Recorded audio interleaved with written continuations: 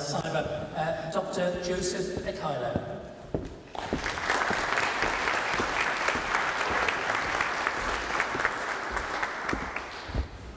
Thank you.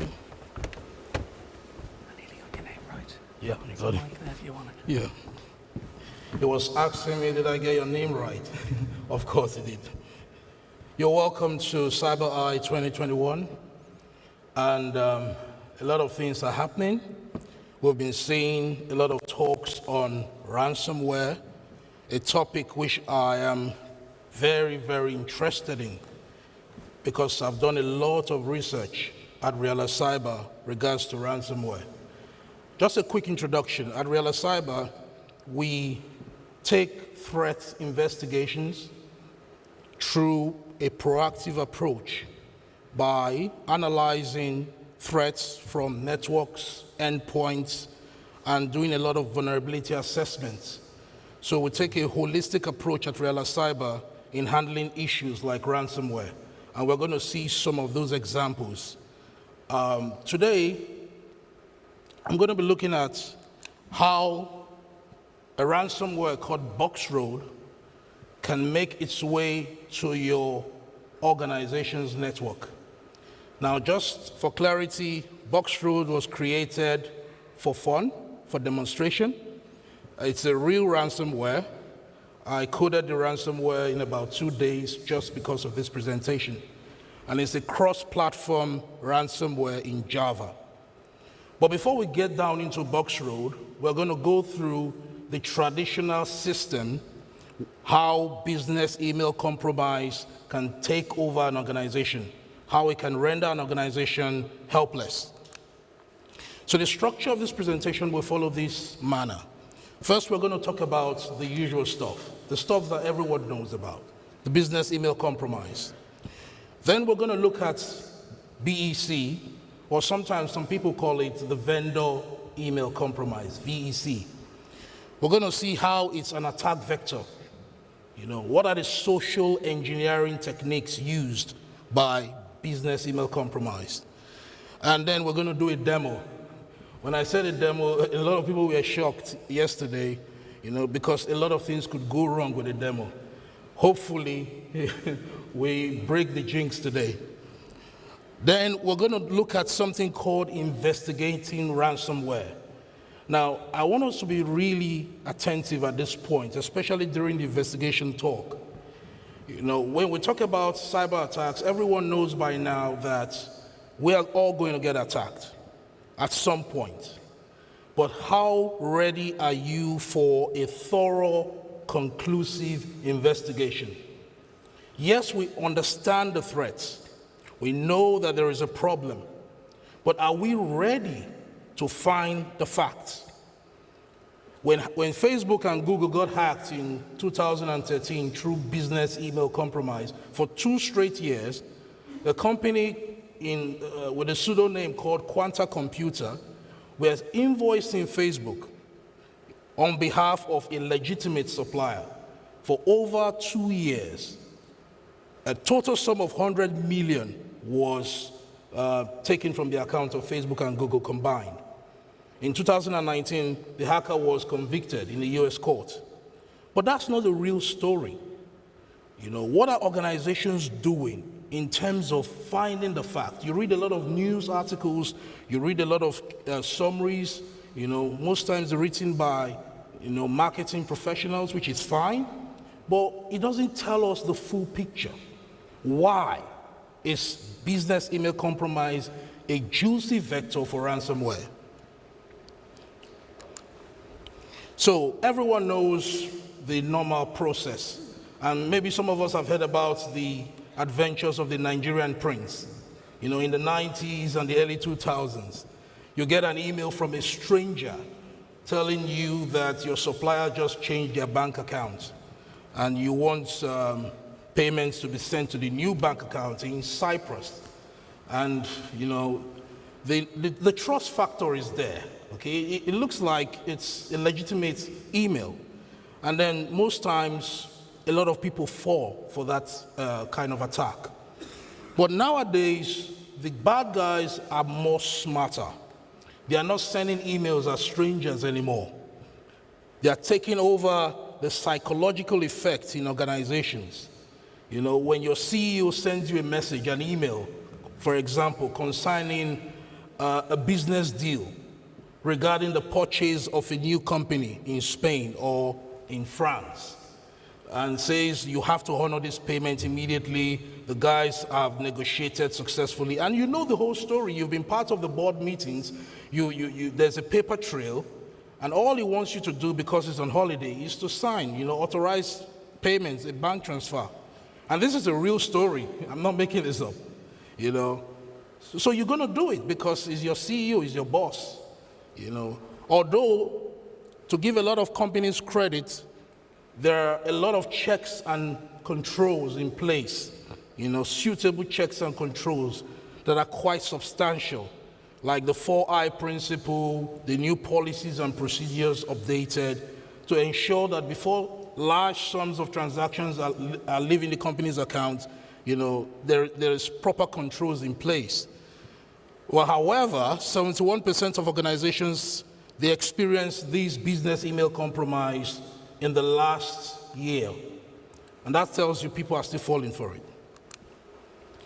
So, what is the motivation? The first motivation is financial data that are quite critical to the company, business critical or confidential information, payment authorization, fraudulent invoices. And the first step for the traditional business email compromise is to identify the target. Okay, there are two people I need to know in the company. I need to know the CFO or the CEO, then I need to know the person who does the heavy lifting, maybe the finance team or the finance department. And I can get that information on their website. I can go to social media. And if they are not on social media, their children, their friends are on social media. I could do reconnaissance, get a correct profile psychologically from every standpoint about my target. But I'm not interested in the targets per se. I'm just interested by the financial rewards. So it's not personal. Then they use a lot of social engineering techniques. One of them is emails.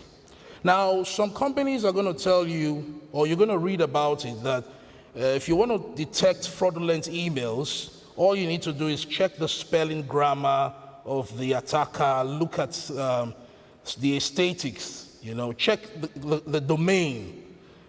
Sometimes you get the emails on your phone, so the full address of the emails does not appear on your phone, okay? So there are so many things, they can bypass. However, the cyber criminals are now intelligent, they are crafty. There is email, malicious email as a service, social engineering as a service. So I don't need a PhD in English language to spoof somebody in England, even though I live in India, because there is the service already for me to get. Then the execution of the attack takes place, and the financial transaction, the data is moved from one location to the other. However, the attackers are now smart because ransomware will create an opportunity for them to be undetected. So there is no communication with the victim and the attacker because you're going to pay in cryptocurrency like most of them do, and they're probably going to use a legitimate email address.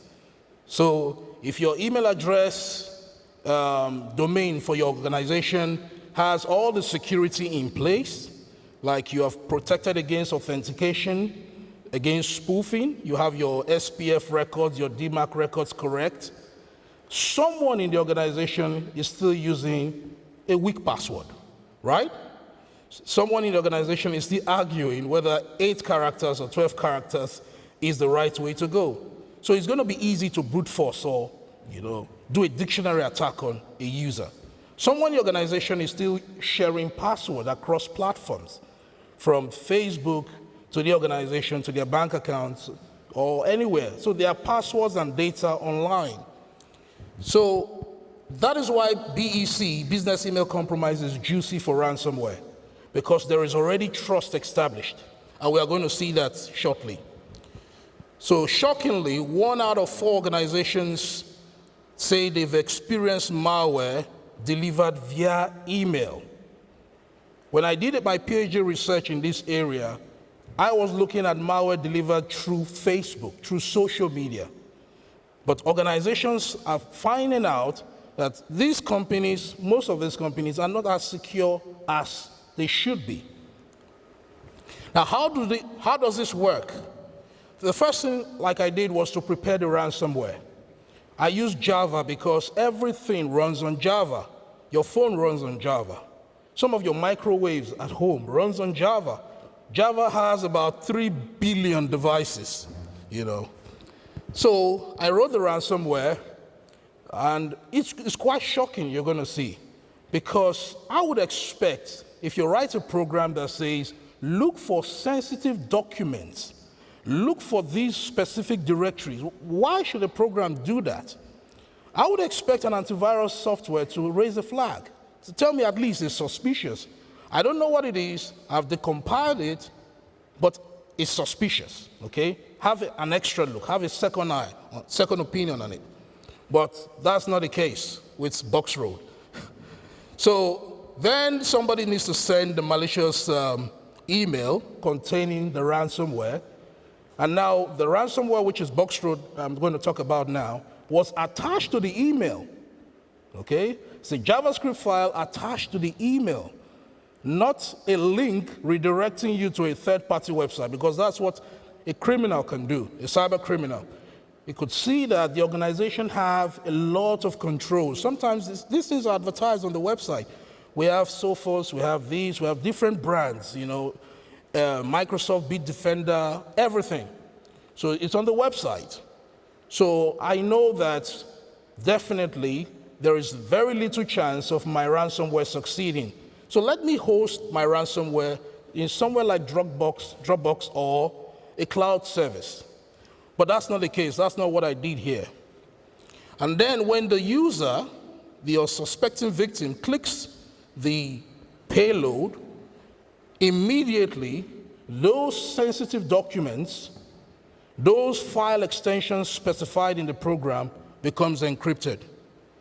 And then the hacker demands for payment, a cryptocurrency, with a countdown. Can give you a 7 days countdown, a 3 days countdown. So we're going to see Boxroad shortly now, and I will tell you exactly how it works after the demo. We'll go deep dive into Boxroad. We're going to see the investigation part of it. We're going to stress on the preventative measures. Then I'm going to reveal a secret and tell you the only network device in our organization that detected Boxroad, even though it's a 0-day ransomware. Okay, I'm not going to tell you now. We're going to tell you in the stand when you come later. Okay, so let's do Boxroad demo.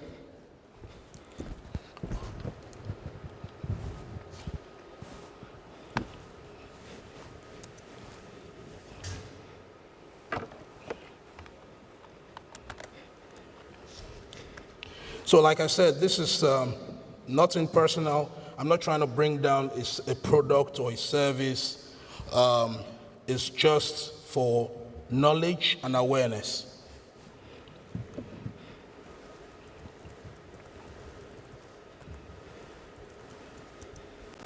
So it all starts in the morning when Mandy receives an email. I created this email this morning. That's how much confidence I had in Boxroad. So I went to Microsoft Outlook, our friends, everyone loves Microsoft. And I created an email, 2 email addresses, one from John Rimasokos. Yeah, this John Rimasokos was the guy who spoofed Facebook and Google for 2 straight years, 100 million, through business email compromise. So I had to create his brother. So John Rimasokos sent an email address to Mandy. And this is the email. Now, they both work in an organization on the Isle of Man. So they always experience the usual, internet problems, right? Internet connectivity. Slow internet speed resolved, confidential. Hi, Mandy. I'm reaching out because of the recent resurgence in our network connectivity challenges.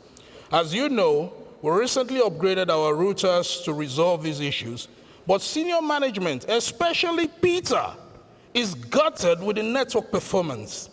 Attached is an internet booster to improve our network connectivity issues, just in case you experience slow download and upload speed. Please let me know if you need any assistance installing the software. Does that sound familiar? Okay, I'm sure most of us could relate with internet problems. So Mandy is happy. She probably won't install it immediately. Like, John says, install when you experience a problem. So they are patient, they are waiting. So now she's going to bring the file. The file is going to go straight to download. Okay, Mandy's going to put it in the downloads folder. Now, before Mandy installs this, I'd like to show you what is in Mandy's documents drive. So Mandy has sales documentation. Let's open it and see. So this is sales, account number, names, SKUs, quantity. So they are all inventory there. Mandy keeps SQL database backups. She has some nice pictures on Facebook. I don't want to open that. She has a holiday schedule there. There's so many documents. So let's see what Boxroad is going to do. Boxroad can pick any extension, any file extension, XQL, BMP, PDFs, whatever extension it is, Boxroad will look for it. But the only safe thing is that I designed it to only look for documents and downloads directory so that I don't ransomware myself out of this presentation, okay? So now, so this is the downloads. This is Internet Booster. Double click. Woo! You have been infected with Boxroad ransomware. All your important files have been encrypted. To decrypt your files, send $5,000 worth of Monero to this crypto address. You have only 72 hours to pay the ransom. Now, this is very, very familiar. Okay? Mandy is in shock at the moment. Who's the first person she's going to call? John? Senior management? Peter? Who is she going to call? Now, this is the problem. We start panicking. Okay? It destroys the investigation process. When you get ransomware, it's a code, it's a software, it's a program, right? Written by a human being with flaws, right? So we could reverse engineer this, right? As long as we don't disrupt the investigation process. We could call the experts. That's the first thing I would do in this instance.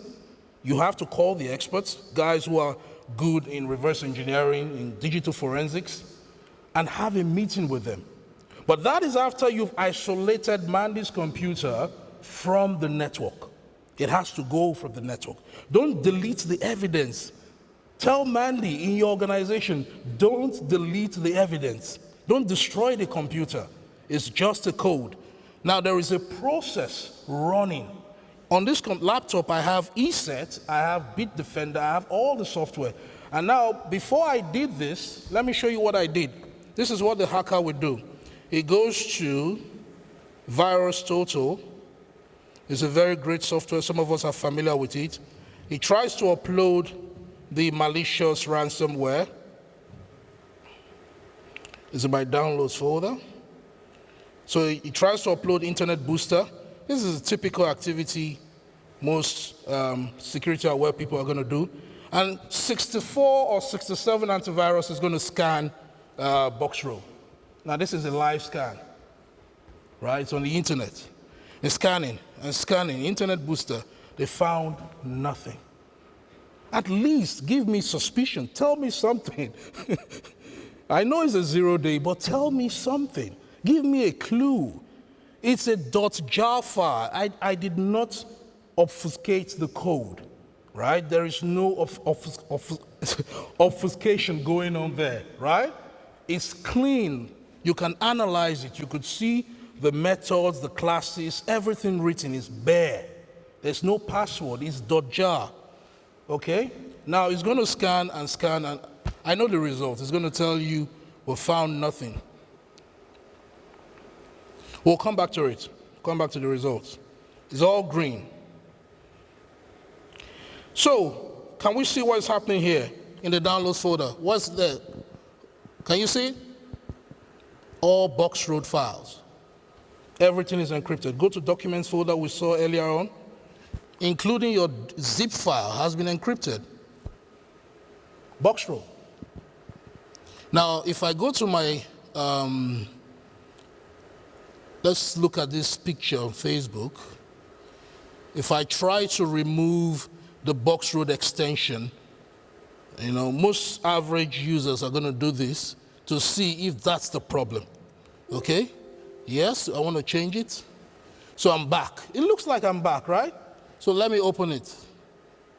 Ooh, picture is gone.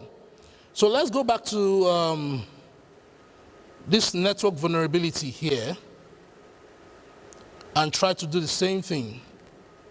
No, I don't think that's going to work. Let's go for a simple TXT file. Let me get a TXT file. Okay, this one. No, not this one. A TXT file. Yes, this one. And try to remove box road. This is my basic investigation. Then it looks like it's fine, but no. It's all encrypted, gibberish. Now this is the reality of the situation. Box road has rendered Mandy's day bad, okay? And if she doesn't talk to the right person, if the company does not contact the experts, they are going to miss out on a lot of things. Let's go back to VirusTotal. What did he tell you? No security vendors flagged this file as malicious. Put your hands together for our security vendors, please. Nobody, okay? So there's a lot of lesson to learn. Number one, if we go to the task manager of the computer, it's not their fault, to be honest, because the software runs on the Java virtual machine. It uses the Java runtime. So it's a legitimate application. It's like what happened in SolarWinds, right? Supply chain, it's legitimate. It appears to come from a source that has a digital certificate, right? That's what the smart guys are doing. So Java is running, and that is all the security people are going to see. They're going to see that Java process is running. So are you going to end Java process and affect your SAS programs and other programs that depend on Java? No, you're not going to do that. So let's go back to the preventive measures. So I prepared a backup slide just in case the demo fails. So luckily we are out. So like I said, the first thing, isolate your systems, contact the experts, and potentially it gets into law enforcement. By then, they have substantial evidence, right? The experts have given you evidence. Now, how can we prevent this? Okay, can we prevent a legitimate program or process from running on your computer? Can we prevent that kind of scenario? The answer is yes, we can, if we pay attention to detail.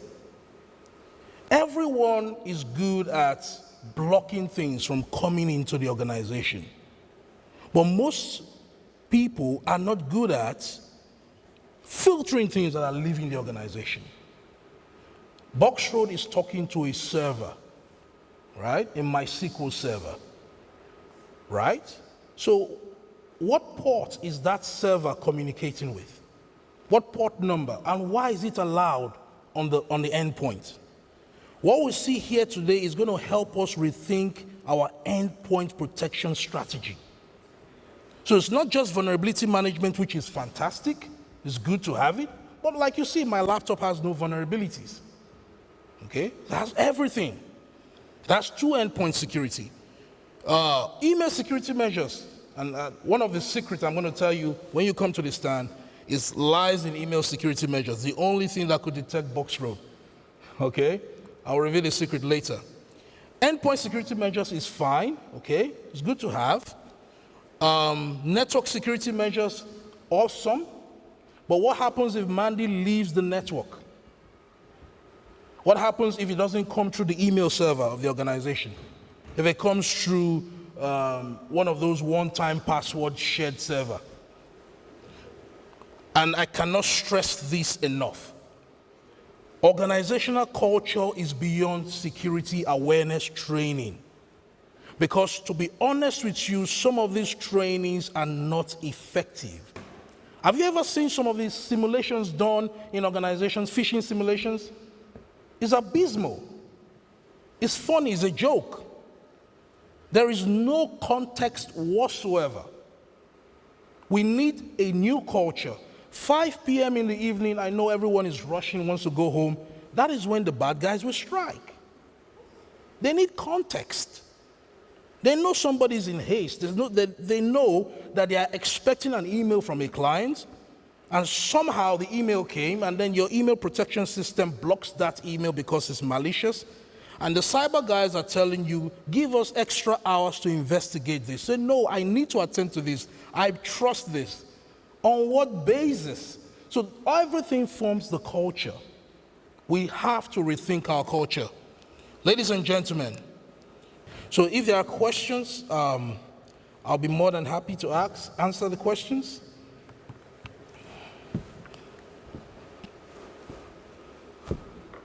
Any questions? Yeah. You said that took 2 days to program. 2 days. Yeah. And the more sophisticated ransomwares which are possibly attacking networks, are they as simple? Yes, that's simple. Yeah, an experienced software developer can code a malicious payload in 1 hour, in 2 hours. Depends on their level of skill. It took me 2 days because I had other things doing. It's just about 200 lines of code. And then when you want to get the encryption APIs, it's all free. You could go to use Java encryption APIs, crypt analysis, crypt utilities, and extend it to your Java code, and it does the job for you. But in terms of investigation, I really believe we can do better, because there are 2 things we need to know. The first thing is, what is the algorithm for encrypting your device? What's the algorithm? Is it symmetric? If it's symmetric, potentially the hacker left the key, okay? The key is needed in the code. And even if the code is obfuscated, I don't know why I'm struggling with that word. Even if the code is encrypted, there are still ways to decompile that code with experts to find the key. Okay, so, but the first thing is always talk to the expert. Don't panic, it's a software, okay, created by a flawed human being. Any other question? If it is so simple to find that key, why are so many people paying ransomware? Yeah, it's ignorance. That's the first thing. It's encouraged not to pay ransomware, right? Highly encouraged. I think the government is trying to stop that. The lack of knowledge, the lack of awareness, the lack of proactive investigation, right? There are very few companies, I don't want to mention names now because they didn't pay me for advert, that does thorough investigation, and they write good papers out of it, okay? So there are very few companies who really dig down to the root cause of the ransomware, okay? It could be the email, you know, you could check the emails, the email source, it could be a USB. The attack vector must be investigated first before we start trying to profile, you know, who wrote the scripts. Yeah. So you said don't panic. Yeah. So the first video was Marco Leonetti. Yeah. Yeah. Couldn't get into his systems. Took 20 minutes to get to work. Yeah. And he was panicking. Yes. So what would you tell him? Don't panic. Like I said, it's a software. Okay? I think we need a lot of demonstrations, right? We need a lot of deep dives on the Isle of Man to go into the in-depth operations of this code. There are a lot of things I'm not allowed to say here, right? Because it's a high-level event, okay? But if we go deep down, I don't want to confuse you with technical jargons, we will begin to understand the psychology of the hacker, okay? When you understand the way he thinks, you will move around his code with ease. What will I do if I was a hacker, if I was a cyber criminal? You know, what would I be expecting? And then something you don't understand is when you pay them, when you pay the hackers, they have no motivation to give you back your key. And do you know how long it takes to decrypt a file? Do you know even when you decrypt a file, you know, demo is closed, but I've shown you something. Even when you decrypt a file, it doesn't come back the way it was. It comes back as in hex file, you know. It's still random things that you have to reformat to get the actual data back. Now imagine if your C drive was encrypted, if your E drive was encrypted, if your file server was encrypted, the administrative downtime is going to take to decrypt those files. Sometimes you may need to decrypt them one by one, piece by piece. And the hacker has no motivation. The screen of Box Road was telling you, pay the ransom in Monero. Monero is a cryptocurrency that hinges on privacy, totally privacy. It's not Bitcoin. With Bitcoin, you could do backtracking. I worked in an organization before, and we did a lot of backtracking of crypto transactions, you know, audit trails. With Monero, you don't know who paid to who and from where. It's all private. And hackers love Monero. Okay? Any more questions? All right, thank you, ladies and gentlemen.